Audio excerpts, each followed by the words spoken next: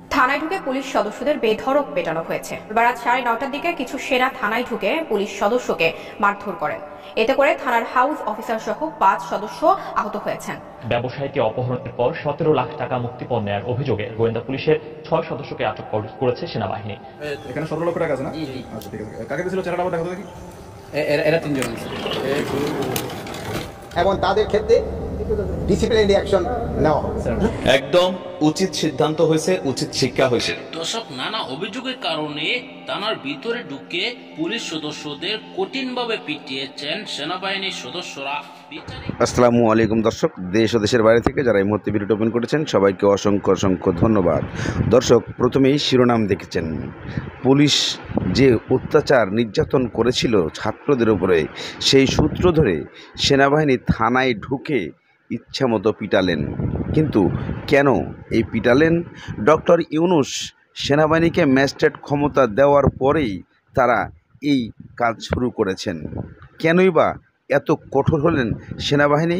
কারণ বর্তমানে পুলিশরা মানুষের কাছ থেকে যেভাবে অর্থ হাতিয়ে নিয়েছে, লক্ষ লক্ষ টাকা এক জায়গায় হাতে নাতে 17 লক্ষ টাকা সহ পুলিশকে ধরে ফেলে এই সেনাবাহিনীরা, আর সেখানে ঘটে বিপত্তি।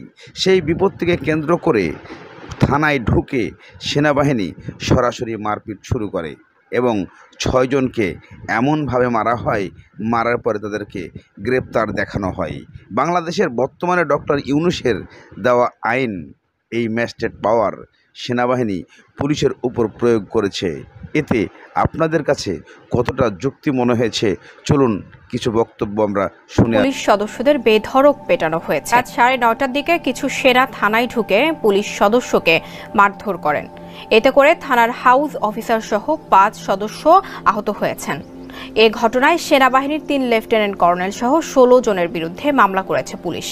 অভিযুক্ত সেনা সদস্যদের বিরুদ্ধে দাঙ্গা, হত্যা চেষ্টা এবং থানায় ঢুকে পুলিশ সদস্যকে অপহরণের অভিযোগ করা হয়েছে। এছাড়াও পুলিশের অভিযোগে বলা হয়েছে, অস্ত্র ও পোশাক সহ 3 কর্মকর্তার নেতৃত্বে সেনারা অনুমতি ছাড়াই থানায় প্রবেশ করেন। এ সময়ে কোনো ধরনের উস্কানি ছাড়া থানার ভেতরে থাকা পুলিশ সদস্যদের মারধর করেন। এমনকি পুলিশ সদস্যদের লাথিও মারেন তারা। এ ঘটনার পর বিষয়টি পুলিশের ঊর্ধ্বতন কর্মকর্তাদের জানানো হলে দ্রুত সেখানে ছুটে যান কর্মকর্তারা। পুলিশ জানায়, আহত সদস্যদের উদ্ধার করে হাসপাতালে নেওয়া হয়েছে। অন্যদিকে সামাজিক যোগাযোগ মাধ্যমে এ ঘটনার একটি ভিডিও ভাইরাল হয়েছে।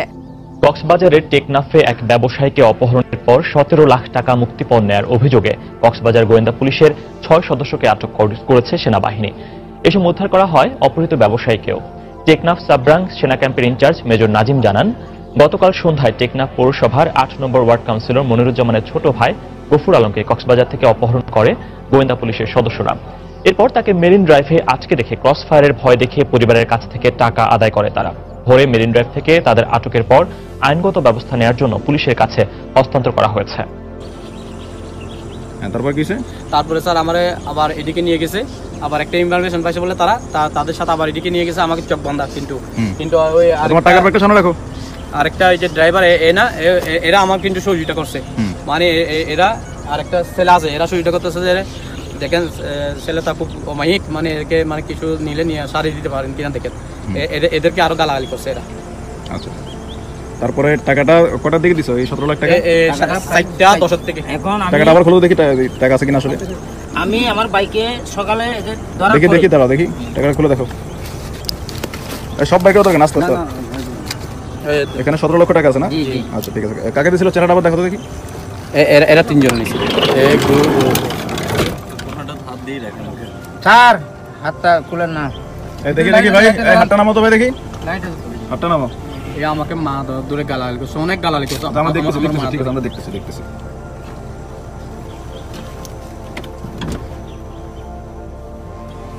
এটা কে মাঝখানে শুয়ে আছে? কে দেখি? লাইট আছে তো? না, লাইট লাগবে না, আপনি চেহারা ক্লিয়ার আসতেছে। ঠিক আছে। তারপর কেউ তোমাকে ছাড়ছে কখন? আমাকে ছাড়ছে পৌনে 5:60টার দিকে। 7:10 টাকা দিলাম, 7:30টার দিকে আমাকে ছেড়ে দিল। 17 লাখ টাকা নেওয়ার পরে? জি। আমি বলছি যে 14 লক্ষ টাকা জোগাড় হয়েছিল, একজনের 50,000। আমি বলছি যে আর বাদ বাকি টাকা আমি বিকাশে দিব, সালাহতে ওই টাকাই দিবি, তোরা আবার নিয়ে যাবো, ওই টাকা দিলে আবার ছেড়ে দিব, আমাকে বলতেছে। বুঝতে পারছি, ঠিক আছে, ওকে। তুমি তো ছাড়া পাইছো নাকি? জি জি, মাত্র পাইলাম আর কি। আচ্ছা, তোমরা কি এখন এই ব্যাপারে কোনো অভিযোগ মামলা কিছু করতে চাও? ইনশাআল্লাহ মামলা করতে চাও? আচ্ছা, ঠিক আছে।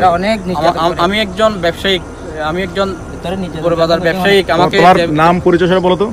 আমি টেকনাফ 8 নম্বর ওয়ার্ড কাউন্সিলর মনিরুজ্জামান। আচ্ছা, তোমার পরিচয়?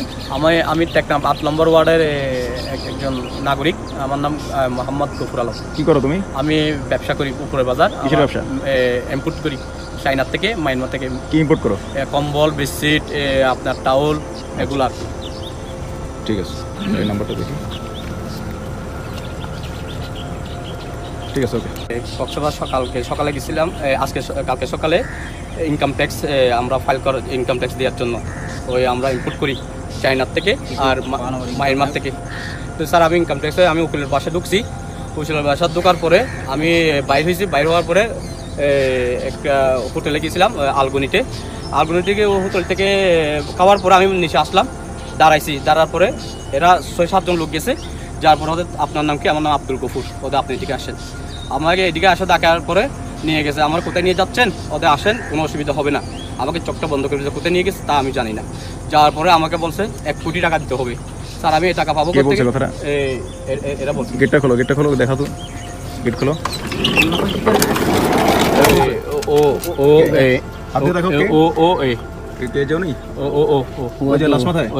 আপনার নাম কি? ফিরোজ। র্যাঙ্ক সহ বলেন। এসআই ফিরোজ। আর কি বলছেন? আর বলছে। এই যে আপনার নাম কি? মোস্তফা। দর্শক, এদিকে সেনাবাহিনী যে কার্যকলাপ শুরু করেছে, এতে দেশের জনগণ অবশ্যই সেনাবাহিনীর পক্ষে কথা বলছেন। কেননা বাংলাদেশে সেনাবাহিনীকে যে ক্ষমতা দেওয়া হয়েছে, সেই ক্ষমতাটা অপব্যবহার করছেন শুধু তাদের পুলিশ বাহিনীর উপর না, এখানে যারাই যেভাবে ক্ষমতা প্রয়োগ করতে চেষ্টা করছেন তাদেরকেই সেনাবাহিনী ধরে তাদের এই ম্যাজিস্ট্রেট পাওয়ারের ক্ষমতায় সে বিভিন্নভাবে তাদেরকে যে মূল কাহিনী থেকে ধরে সূত্র এনে তাদেরকে পিটানি দেওয়া হচ্ছে। এই পিটানি দেওয়াটাই হবে কি বাংলাদেশ পুলিশের শিক্ষা? হবে কি বাংলাদেশের যে চোর বাটপার যারা আছেন, যারা বর্তমানে বাংলাদেশের দলীয়ভাবে আওয়ামী লীগের যারা সন্ত্রাসী ছিল, যারা চামচা ছিল, এই জিনিসগুলা তারা কি হয়তো এই আইনের কারণে, এই আইনের বেড়াজালে তারা আর এগুলো করতে চাইবেন না। কেননা পুলিশকে সেনাবাহিনী কোনো প্রকার ছাড় দিচ্ছেন না, যেখানে যেভাবে পাচ্ছেন তাকে সেভাবেই আটক করছেন, তাদেরকে সেভাবে মারছেন। আসলে এই প্রশ্নটা কতটুকু যুক্তিক আমরা জানতে চাই। এসআই মোস্তফা। আচ্ছা, ঠিক আছে। তারপর স্যার আমাকে বলছে, আমাকে এখানে অনেক মারধর করছে, আমাকে হ্যান্ডকাপ লাগাইছে, ফেলে দিছে।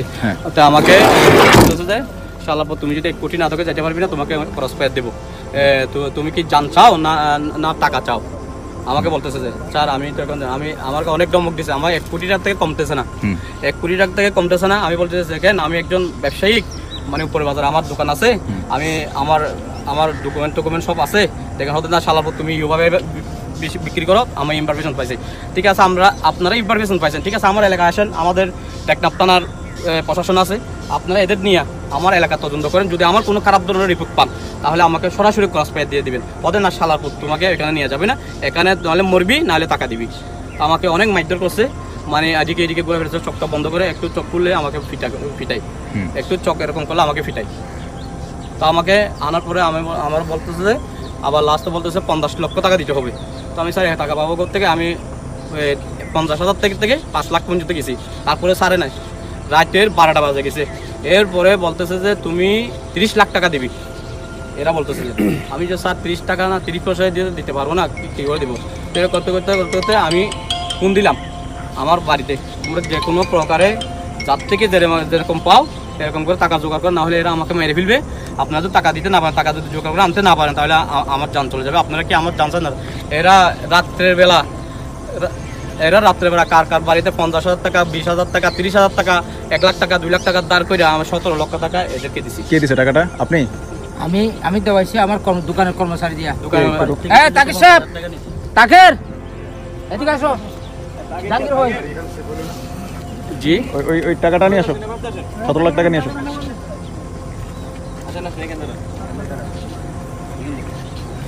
আপনি কি টাকা দিয়েছিলেন? এই টাকা নাকি দেখেন তো। এই সরো, তুমি সরো, কামরু সরো। এটা কি টাকাটা দেখো দেখি।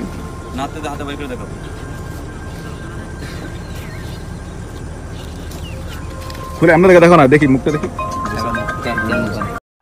আপনাদের সাথে আমরা একাত্মতা ঘোষণা করি নাই, বিশ্বাস আমরা অর্জন করি নাই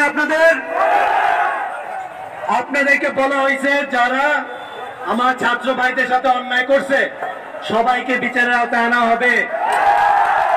নিশ্চয়তা দিচ্ছি বাংলাদেশে আজকে কোথাও এরকম ঘটনা ঘটতেছে না।